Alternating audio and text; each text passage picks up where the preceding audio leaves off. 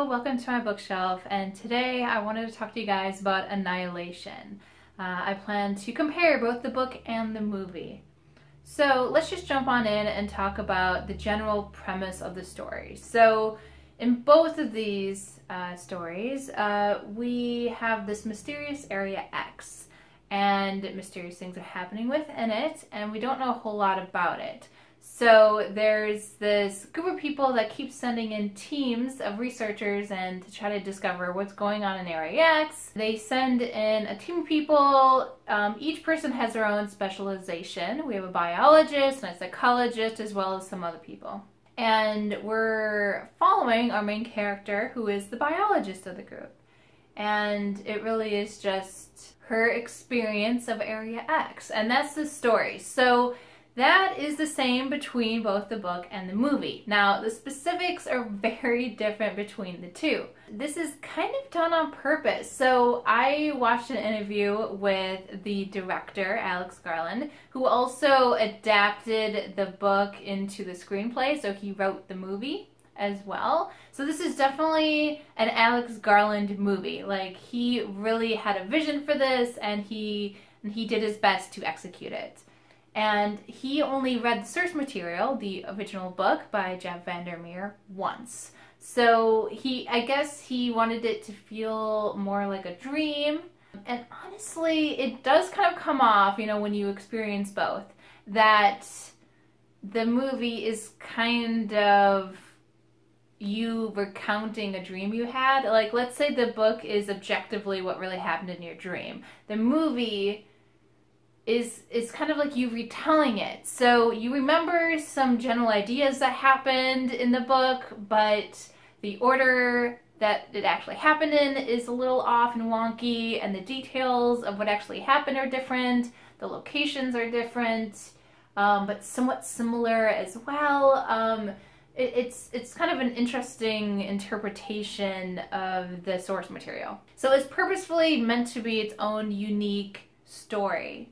And so that's really important in comparing the two, because it's not really a direct adaptation. It's more of inspired by the book. So if you look at the movie as just inspired by this idea of the book, then I think you can appreciate both for what they're trying to both do. Because ultimately, I think they have different goals and themes as well.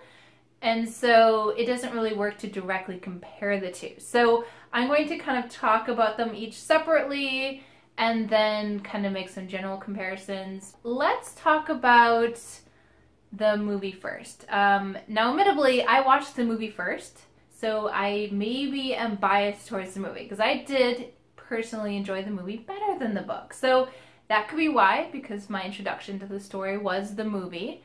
But I just personally felt that the movie takes the idea from the book and the mysterious things that are happening in Area X, and it really, it brings it to life in a way that I think only movies can. And it really does this fantastically. The imagery in the movie is haunting and horrifying, but also really beautiful as well. It's a very beautifully shot movie. It definitely makes you intrigued about Area X, and it kind of makes you want to go there, but also not, because there's some deeply horrifying things that we find there. So it does a really good job of trying to balance the two, which I think the movie's trying to do. Now, what I mean by balance is that the movie's trying to give you a semi-neutral perspective on what's happening in Area X. The premise of the movie seems to be more about showing you these changes that are happening within Area X, and kind of trying to show you that there's both good things to this and obviously bad things, but how it's kind of like a neutral force. It's not necessarily trying to be evil or do something horrible, but it is destroying things, and it is affecting everything around it. The movie is focusing on what that looks like and how it seems to be different for everyone who goes in there, as well as everything that's in there. Every animal, every plant, it's different. And it's just kind of showing it to you and kind of letting you decide your feelings on it. I also felt that the movie did a great job of making you not only immersed in the story, like I kind of felt like I was in Area X, and I felt deeply disturbed by the things I saw and experienced in the movie that really stuck with me for days after I watched it. And honestly, the visuals are still with me, and I saw this months ago. So it really sticks with you. And we really care about the characters as well. Like, we're not just immersed in the story and the plot, but also in the characters and what happens to them.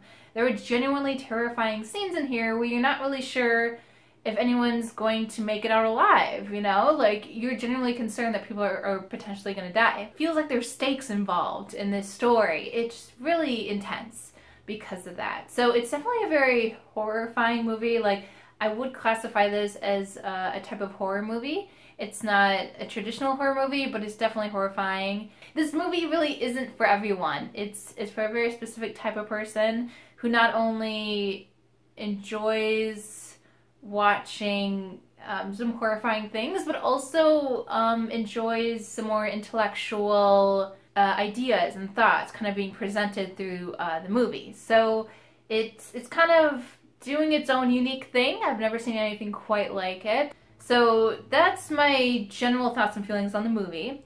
Let's jump now into the book. So the book kind of fell short for me, whereas the movie, I would probably give it 4 or 5 stars. Like, I really enjoyed it. The book, I'm giving like a 2 or 3 stars.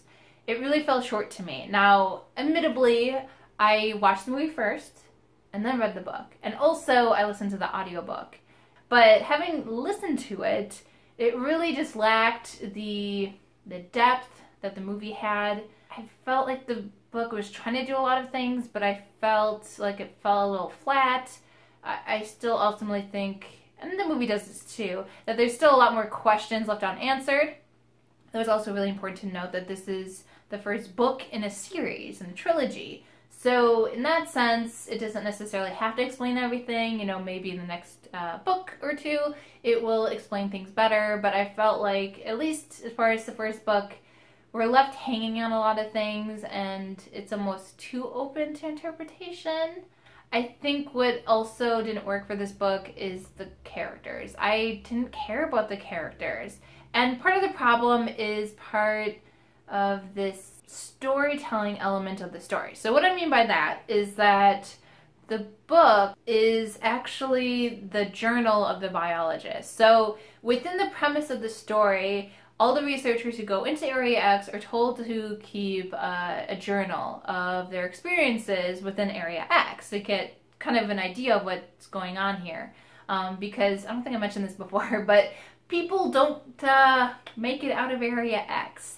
And the few people who have do not come back the same. So this is kind of researchers' way of finding out what happened through their writing, because they don't seem to last very long in Area X. Previous expeditions that went in, they either killed each other, or they killed themselves, I think, some of them, or they just kind of disappear and they don't really know what happens to them.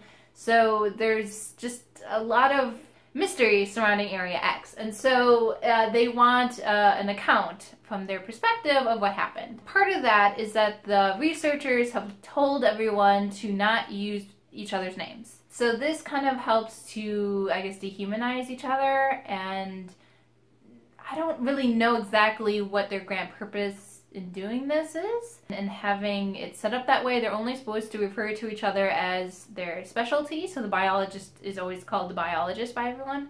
No one calls her by her real name. We don't even find it out, even though this is her journal. So partly because of that, but also partly because our main character seems to purposefully isolate herself from others. She generally does not care to interact with the others. We really don't learn that much about the other characters. And while that makes sense for the context of the story, it's a problem when we're reading it as far as like being engaged in the story. I'm one of those people where the characters come first in my mind. Like, if I don't care about the characters, I don't care how cool the plot is. It's just going to fall short for me. And while I felt like the plot of this one was interesting, it didn't necessarily feel like a cohesive story, I think, in a normal way. It was just kind of an exploration of this weird place, but it didn't seem to really go anywhere. Like, it didn't really have a normal narrative structure. But then again, like, it's not supposed to necessarily be a normal story either. It's also the first book in a trilogy, so there's a lot of things that might be creating this effect for me. But I just personally didn't feel like the plot really worked in a normal story. And also the characters just didn't make me care. I didn't care what happened to them. And the other characters especially, they were really interchangeable with each other. They didn't really seem to have a distinct personality. So there was just a lack of real human characters in here. They just felt very flat. Like non-player characters in video games. They're just like there because they have to be for the plot, but they're like nobodies. The book just didn't work for me, but it has some really interesting ideas in there, which I think then the movie expands on it and decides, I mean, it goes in its own unique direction. I have no idea if that's the direction that the author eventually takes with it, but the movie gives you an explanation of what's happening. It could be wrong. I mean, it's just kind of one of the characters speculating based off of what they've seen. We don't really know for sure, but we're given more information and more data to look at, I think, to help give us an idea of what might be happening in here. And it's kind of up to us to decide, you know, what's happening, but also what we think about it. The book just has different themes ultimately. All right, so that concludes my spoiler-free discussion of Annihilation. If you want to watch the rest of this discussion where I jump into spoilers, I will definitely link part 2 of this video down below for your own viewing pleasure. And I just want to, as always, thank you guys so much for watching this video, and until next time.